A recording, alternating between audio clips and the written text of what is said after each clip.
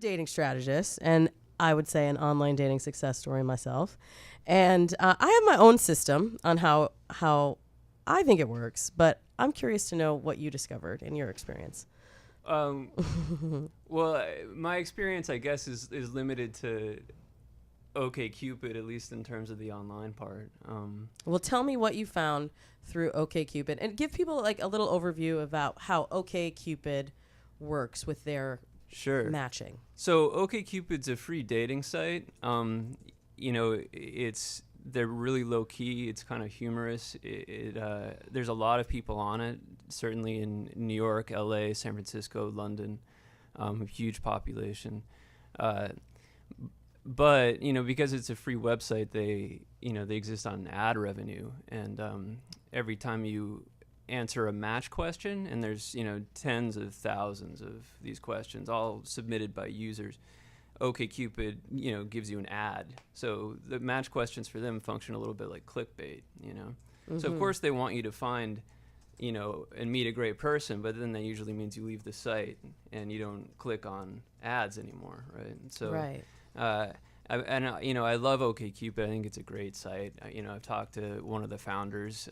He's a really sweet guy. I think they have good intentions, but their business model definitely involves getting people into this kind of browse around, click on questions, entertaining personality quiz sort of bonanza, which is of course how they started, with entertaining personality quizzes. Isn't it also part of, I know they're not doing OK Trends right now, but wasn't it also a little bit of, really it's like, data gathering on what people are really saying, what people are really looking for, that, they were kind of educating us about online dating, and then it just became like, oh, now it's just another dating site in a way. Well, that's what I would say.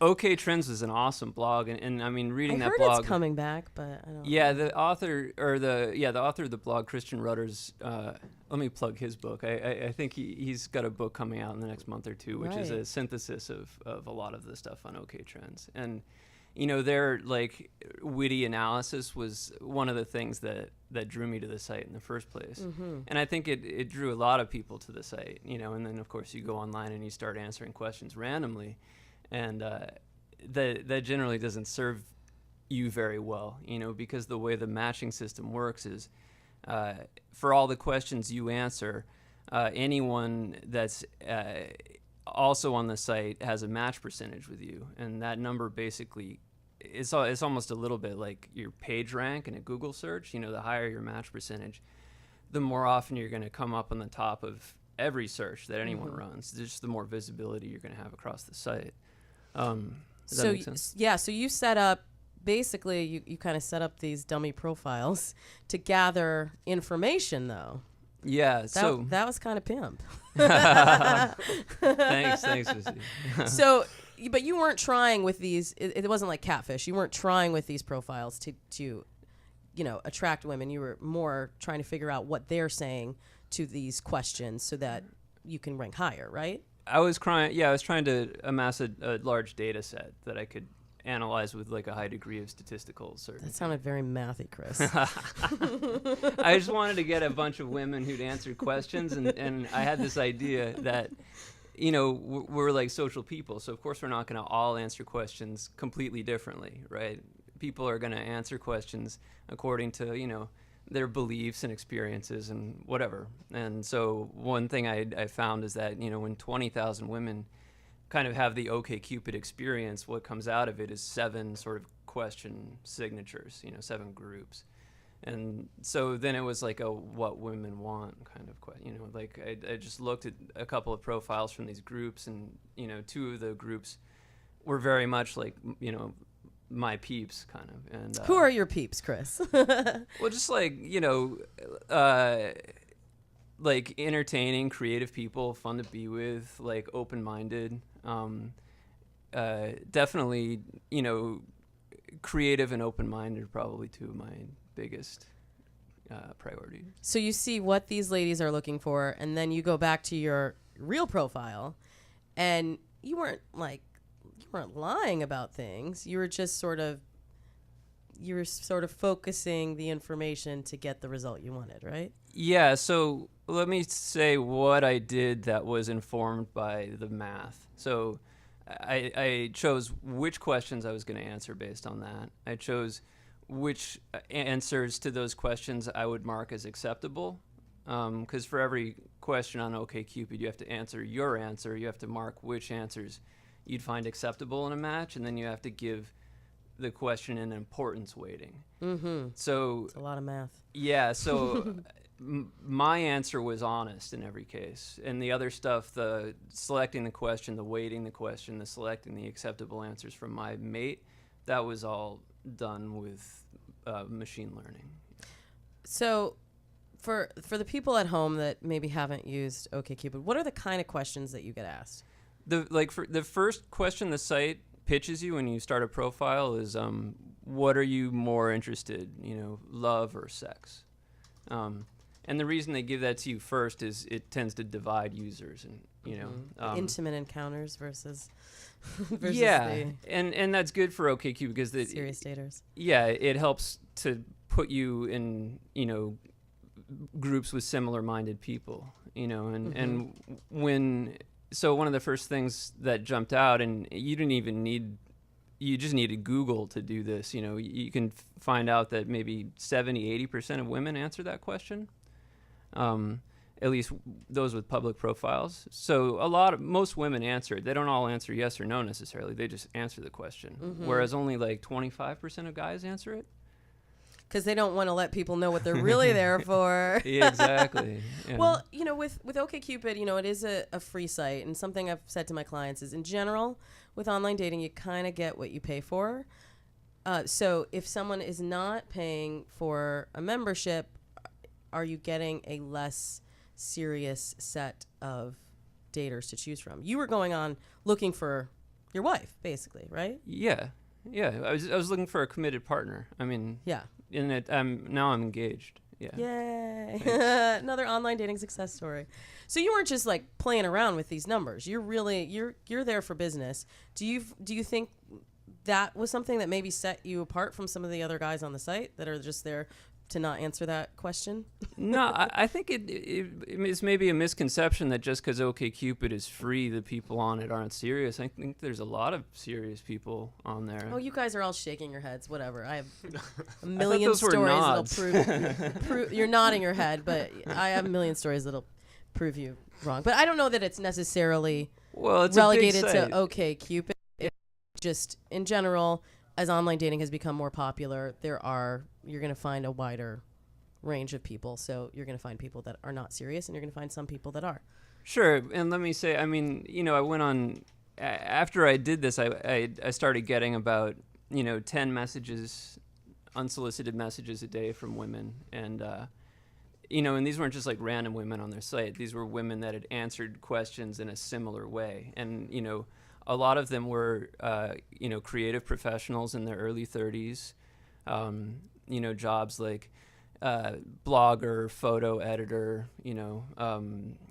industrial designer, stuff like that. And which is like, for you, that's hot. That's what you're looking for, right? Well, creative types. Yeah, creative types. And many of them, most of them were definitely looking to meet a guy and fall in love and start a family.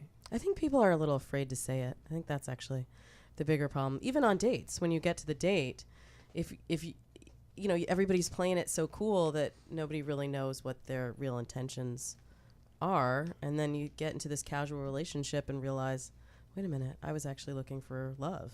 Yeah. I don't know. Maybe you didn't have that experience. So you had thousands of emails in your inbox, and then you started the dating process, and that seems like it was a pretty lengthy part of your experiment. You were going on a couple dates a day sometimes, I heard. Yeah, they tended to cluster up around the weekends because that's when people have time. So, yeah, Saturday, Sunday, Friday, could be 2 dates a day. But these I never did Saturday dates when I was online dating. Just FYI. Producer Natasha and I have talked about it. Oh, Saturdays are serious. I like weeknight dates, but it worked for you. So you're trying to make the real connections in person and see how many of these 1,000 women actually match with you. Yeah, that was very much a part of the filtering process. I don't even know that I call them dates. They were like maybe 20-minute coffee meetings. Oh, wow. Like almost pre-dates, you know. Good for you. 20 minutes. I say like no more than an hour, but that's good. You get down to business. What are you finding out in 20 minutes? Well, so when I started the process, I mean, I was really surprised by how successful the math part had been. And so there was a real, like, kind of a whiplash experience, you know. So I started going on dates, and I was trying to make them, like, you know, like the first date in the 80s movie, right? Where, like, you know, it's special and romantic and long, you know, and it has this whole platonic arc. There's a beginning, a middle, and end, right? It's not like the movies and online dating. Not when, like, you're trying to sort through a huge pile of hay looking for needles. Like, you can't do that every day. It will wear you down, you know? Yeah. And so once I you went realized, on 88 dates. Like, that's no joke. Yeah. In what span of time? About 3 months.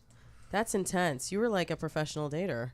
Yeah. And I started to streamline the process a lot. I realized that, I mean, not only is going on these long, fancy dates exhausting, it's also counterproductive because, you tend to get distracted. Your attention isn't on the person, which is actually where it should be. It's really a part of the filtering process, you know, because meeting a person for even 5 minutes is going to give you a lot more information about them than you could ever find online. Mm-hmm.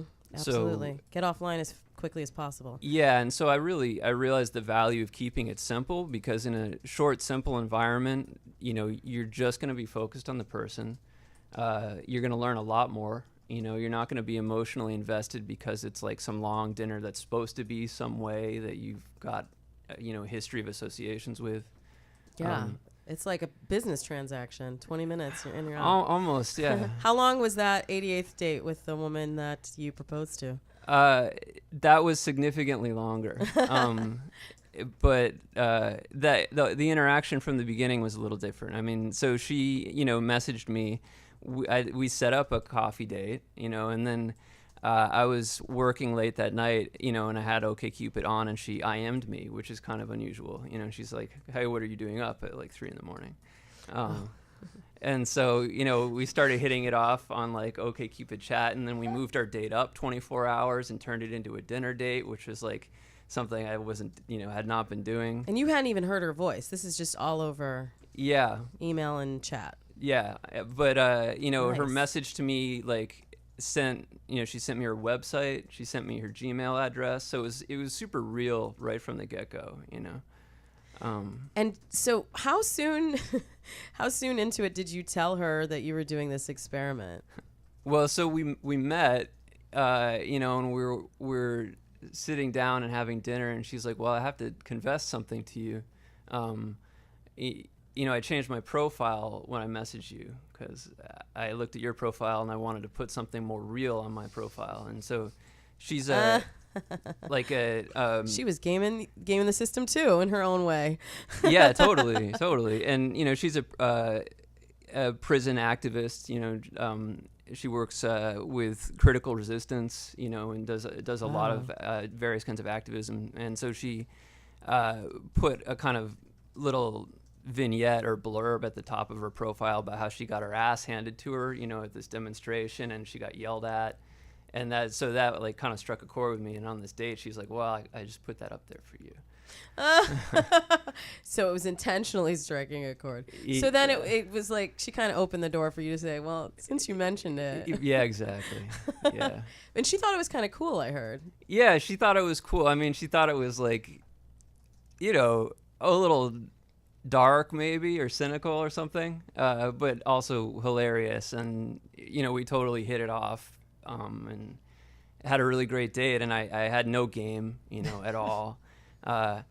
You know, I immediately, you know, at the end of the date, I asked her, you know, "So are you involved? Are you seeing people?" Which is not something that I've been doing, you know. And she told me that she was involved, that she was in an open relationship with, you know, a man and a woman. And that's different. Yeah, that wasn't in her profile, I bet. It was not in her profile, although, you know, there were suggestions of it. You know, there were questions about BDSM, you know, and open relationships in general. So I mean, there were signs there, but Yeah. And how did you feel when you heard that? Was that cool with you? Initially? Initially, it felt like a, punch in the stomach, I guess. Like, we just had this great date and you're dating not one, but two other people? Yeah, because in my head, I'm thinking, this is the one. I'd been on 87 other dates, and, by and large, they've been amazing dates. I mean, for the 20 minutes of time, really interesting people, usually instant chemistry, but I've been saying no a lot. And, I'd only gone on 2 second dates, and I'd been having this, crisis of confidence. Like, why am I saying no all the time? Is it because I have all these other dates lined up? Is this project like kind of taking a life of its own? Do I want to be dating at all? Well, they kind of say that too. Now, online dating, is it making people pickier because you think, oh, I can just go back and send some more messages and get another one of these? Yeah, I was being incredibly picky, Mm-hmm. and I could afford to be, but it was also incredibly exhausting, And so when I met Christine, the feeling was instantly different. It was like, yes, turn it off, like this is it, like this is the one, And so when she was saying, well, I'm in an open relationship, I was like, fuck. It's okay. You can say that on Thanks. Dates. Well, yeah, that's what I was like, we don't even have to bleep you. So how did you get from there to will you marry me? It was a lot of emotional growth, and challenges. I mean, we became monogamous like later, not that much later, and but I was definitely growing a lot emotionally during that time. And I think the reason, we didn't get engaged because we met on OkCupid or because I did anything fancy. We got engaged because, we resolved our differences really productively, just like anyone else. Mm-hmm. So with the other women that you met, you said most of them were good first dates, but did you go on a lot of second dates, or was it pretty much just a couple? Yeah. Towards the beginning, within like the first 30 or 40 dates, and then it was just all first dates, and I just kept saying no. Mm-hmm. But it's good to know that there was like the right match out there for you. I often say online dating is sort of an exercise in first dates, and I think a lot of people kind of spend too much time with each one, like you were saying. So I'm glad that you learned that through your experience, and our listeners can learn that too. Is there anything else with Valentine's Day coming up? A lot of people are stressed out trying to get their dates in order. If someone's at home and doesn't have an inbox of messages other than getting your book, Optimal Cupid, Mastering the Hidden Logic of Cupid, is there one thing that they can go and do tomorrow that's going to have an impact on whether they'll be sitting across from someone else on February 14th? Well, I think, like you say, branding yourself and getting kind of visibility is everything, in online dating. Mm-hmm. The more people see you, the more they'll click on your profile, and the more they click on your profile, if it's good, and by good I mean contains kind of hooks, like little kind of quasi, unique, like indicators of your personality that someone can latch onto in a message. Right. The more messages you're going to get. And I think it's a common misconception that, you want your profile to be awesome or something, right? So people write, you want to be like Superwoman or Superman. And if you try too hard to do that, you make an action figure, right? Yeah. You like want to save the world. I don't know seem how like to a real respond person. to that. Yeah. But I've heard you say also that you want to answer on OkCupid, you want to answer the questions that are divisive. So, it's really about being specific and not worrying about turning off those people that are going to hate your tattoo. It depends a lot on whether you're, kind of chasing people or searching for people or responding to people, and I hesitate to just use it like male and female or straight male and straight female, because I think these roles are performed in the real world, gender in general is performed, and is performed on OkCupid. And there are lots of girls out there, women out there seeking other women, seeking men, and very much taking a like quote unquote guy approach to it. Right. And for those users, answering divisive questions is not something they want to do. That'll reduce their visibility. They want to eschew divisive questions. They want to raise their match percentage with everyone as much as they can. On the other hand, the user who's getting, basically hundreds of messages a day, their inbox is filling up, most of it's spam. They have a hard time differentiating between people they actually might be compatible with and people who simply have a high match percentage. Then for those people, answering divisive questions is a very good strategy. It'll separate the people that they might be interested in from everyone else and kind of lower the noise in the system. And work for you. Yeah. Fantastic. Thank you so much for coming on the show and sharing all your OkCupid goodness with us, Chris. Oh, my pleasure. And if you're listening at home and you want to get to the nitty gritty of how he did this, go online and pick up Optimal Cupid, Mastering the Hidden Logic of OkCupid. And the print version is coming out in a few days on Amazon, right? That's right. Yeah, the Kindle version's up there now. You don't actually need a Kindle to buy it, to use it, to read it. You can just use Amazon's Cloud Reader in your browser. And yeah, the print book will be out in a few days. Fantastic.